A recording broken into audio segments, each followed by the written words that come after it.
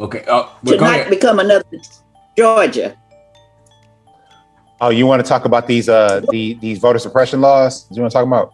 Yes. Yes.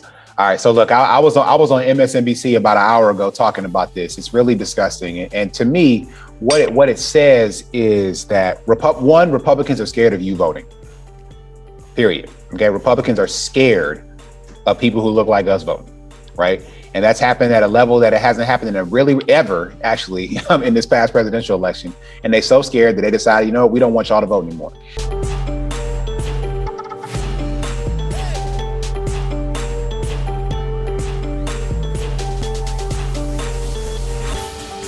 And so we want to make it more difficult for people who look like you to do so.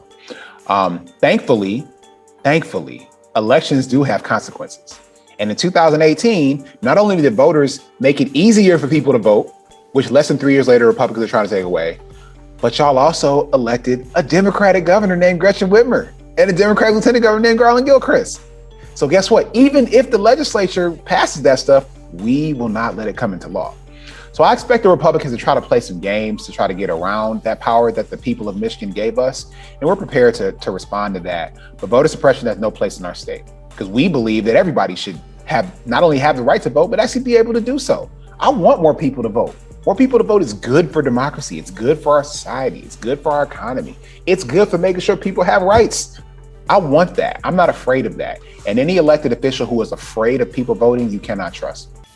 Well, I mean, this is what we're seeing. I think, 43 states across the country, we have got Republican legislation that's moving to make it harder for people to vote. We just came through a historic, free, fair, full election. There was not fraud the way that this big lie perpetuated and fed into people's anxieties and inspired the unthinkable on January 6th, or the unthinkable for the rest of the world. We saw some of that happen here in Michigan earlier. But the fact of the matter is this is a solution in search of a problem, and it is unacceptable. And so if and when those bills get to my desk and they're aimed at making it harder for people to vote, they will get vetoed. We are listening and that we care, and that as people are navigating challenges, we want you to please continue to reach out and get feedback. And even more importantly, continue to support one another.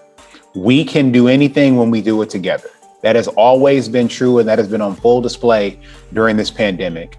The state of Michigan has been unapologetic in how we have chosen also to center the experience of Black people in Michigan and of Michiganders of color who were hit so hard and so directly by this virus.